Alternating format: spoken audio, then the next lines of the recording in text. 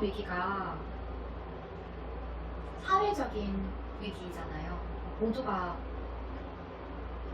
겪게 되고. 근데 그 겪었을 때의 피해가 동일하지는 않잖아요.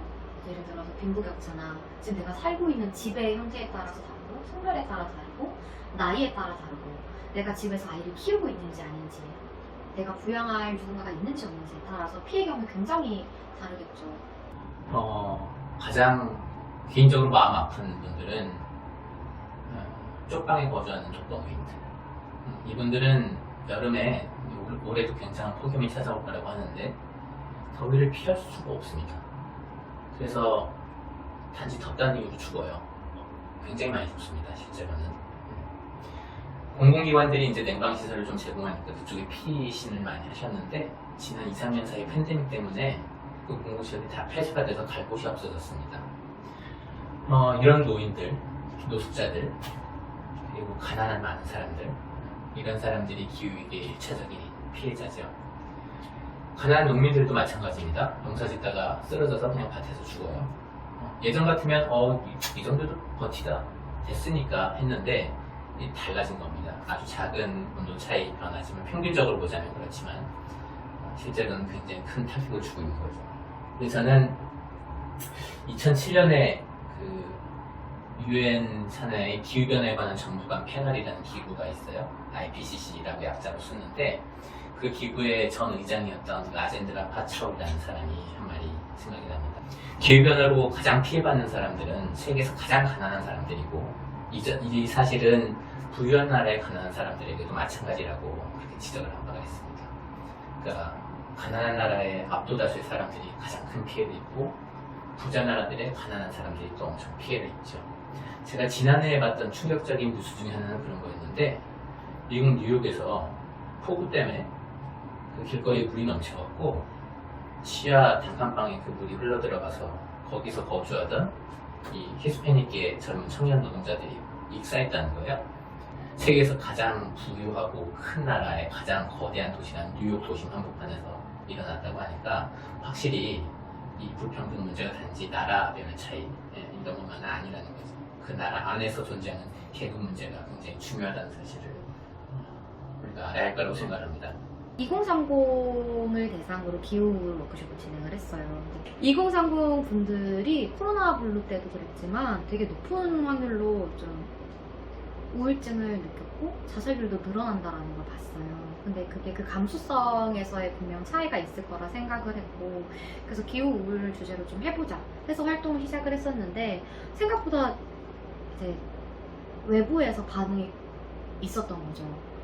이 기후 우울을 겪는 분들이 되게 많았고 저희 활동의 취지에 대해서 공감해 주시는 분들도 많았고, 분명 이제 활동가분들도 다들 당사자라고 생각을 하는데요. 왜냐하면 환경에 대해서 고민하면 할수록 더 우울감을 많이 느끼시는 것 같아요. 참여해 주셨던 분들도 그냥 무기력하고 불안하고 그냥 가만히 계신 분들은 아니었고요. 오히려 뭐라도 실천을 해보려다가 이게 진짜 의미가 있을까? 미끄러지고 뭔가 미래가 안 그려지고 막연한 불안감 때문에 압도되고 이런 분들이 많았어요. 그래서 기후우울 워크숍을 하면서 나랑 비슷한 사람들과 함께 이야기를 하는 것이, 그리고 그걸 공유하고 해결되는 게 없다 하더라도 이야기를 하는 것이 주는 해소감이 꽤 있었거든요. 기후위기는 불평등을 심화시키고 있고 불평등은 기후위기 해결을 어렵게 만들고 있습니다. 간단한 한 가지 예를 들자면 기후위기를 멈추려면 화석연료 사용을 중단해야 하는데요. 아프리카에 있는 많은 나라들은 화석연료도 없습니다. 나무 떼서 살고 있어요. 그런 사람들이 자신들의 삶을 좀 개선하기 위해서 화석연료를 사용하려고 하는데 너희들 기후위기 나는 거니까 쓰지 마라고 한다면 도대체 누가 말을 듣겠습니까? 따라서 기후위기와 불평등은 얼핏 보기에는 따로 떨어진 두 개의 문제 같지만 사실은 원인과 결과로서 서로 작용을 하고 있고, 그래서 우리가 기후위기를 해결하는 어떤 문제, 어떤 단서를 찾으려고 할 때, 대안을 발전시키려고 할 때는 반드시 이 불평등 문제를 동시에 개선하는 대안을 찾아야만 합니다. 평범하고 그동안 가진 것 없이 살아온 사람들에게 책임을 전가하는, 고통을 전가하는 정책은 작동하지도 않을 거고, 그렇게 해서는 기후위기는 해결되지 않고 계속 더 심할 거라는 게 제 생각입니다. 또 제가 이 대목에서 한 가지 잊지 않고 넘어가고 싶은 점은 이런 굉장히 취약한 계층이 분명히 우리에게 어떤 정서적 충격을 줍니다. 그래서 기후위기 문제가 정말 심각하고 뭔가 거기에 해야겠다는 그런 소박한 생각이 들게 하지만 사실 더 광범한 사람들에게 기후위기가 영향을 끼치고 있고 피해를 주고 있다는 사실을 강조를 하고 싶어요. 그래서 그런 어떤 애틋하고 안쓰러운 마음이 아니더라도 자신의 삶을 지키기 위해서 무언가를 해야 하는 사람들이 굉장히 늘어나고 있는데요. 바로 노동자들이죠. 얼마 전에 쿠팡 노동자들이 기자회견을 했어요. 곧 폭염이 올 텐데 지난해에도 지지난해에도 이 폭염 때문에 주변에 있는 노동자들이 실신하고 쓰러지고 실제로 죽기도 하고 이런 일이 벌어졌으니까 대책을 마련하라고 요구하는 겁니다. 대책은 크게 두 가지였는데요. 하나는 냉방시설을 제공하라는 거죠. 휴식할 수 있게. 근데 냉방시설이 있어도 쉴 시간이 없으면 어떡합니까? 그래서 시간을 보장하라는 거죠. 이 휴식 시간을 보장하더라도 그만큼 임금이 만약에 시급 같은 게 깎인다거나 혹은 배송량이 줄어서 실제 소득이 줄어든다 하면은 노동자들 입장에서는 선택의 길을 서는 겁니다. 폭염에 인해서 죽을 거냐 아니면은 월급이 줄어들어서 굶을 거냐. 그래서 휴식을 보장하라는 요구는 당연히 임금을 인상하라는 요구가 담겨있게 되는 거죠. 그렇게 요구하지 않는다면 그건 뭔가 문제가 있는 요구일 거라고 저는 생각을 해요. 어쨌든 이런 요구들에 대해서 기업주들은 그렇게 대응하죠. 그래, 돈 쉬어. 근데 그만큼 돈은 없을 거야. 기업주들은 이런 냉혹한 논리를 개별 노동자들이 강요하려고 사실은 그동안 정규직 고용을 그토록 회피해온 거죠.